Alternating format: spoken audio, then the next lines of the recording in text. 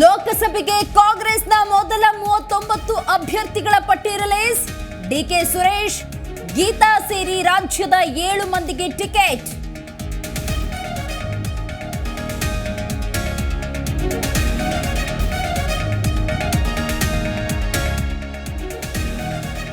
ರಾಜ್ಯದ ನಾಯಕರು ವರಿಷ್ಠರು ನನ್ನನ್ನು ನಂಬಿ ಅಭ್ಯರ್ಥಿ ಮಾಡಿದ್ದಾರೆ.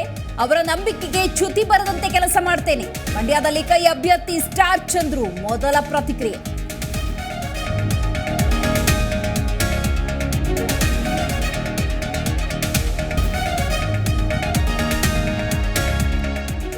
ನಾಳೆ ಮೋದಿ ಶಾ ನೇತೃತ್ವದಲ್ಲಿ ಬಿಜೆಪಿ ಸಭೆ. ಕರ್ನಾಟಕದ 20 ಸ್ಪರ್ಧಿಗಳ ಹೆಸರು ಫೈನಲ್ ಸಾಧ್ಯತೆ.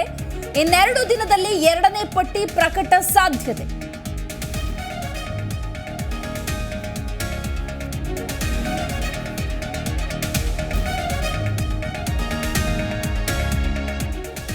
ಬಿಜೆಪಿ ಜೆಡಿಎಸ್ ಸೀಟು ಹಂಚಿಕೆ ಫೈನಲ್ ಮಾಡುವುದಕ್ಕೆ ಸರ್ಕಸ್. 4 ಕ್ಷೇತ್ರಗಳ ಮೇಲೆ ದಳಪತಿಗಳ ದೃಷ್ಟಿ. ಇನ್ನೆರಡು ದಿನದಲ್ಲಿ ಮೈತ್ರಿ ಟಿಕೆಟ್ ಘೋಷಣೆ ಸಾಧ್ಯತೆ.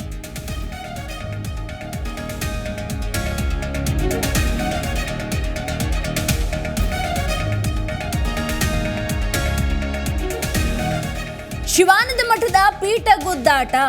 ಕಿರಿಯ ಸ್ವಾಮೀಜಿಗಳ ಕಿತ್ತಾಟಕ್ಕೆ ಜಾತ್ರೆ ಕ್ಯಾನ್ಸಲ್. ಪರಿಸ್ಥಿತಿ ನಿಯಂತ್ರಣವಾಗದ ಹಿನ್ನೆಲೆಯಲ್ಲಿ ಗದಗ ಮಠದ ಆವರಣದಲ್ಲಿ 144 ಸೆಕ್ಷನ್ ಜಾರಿ.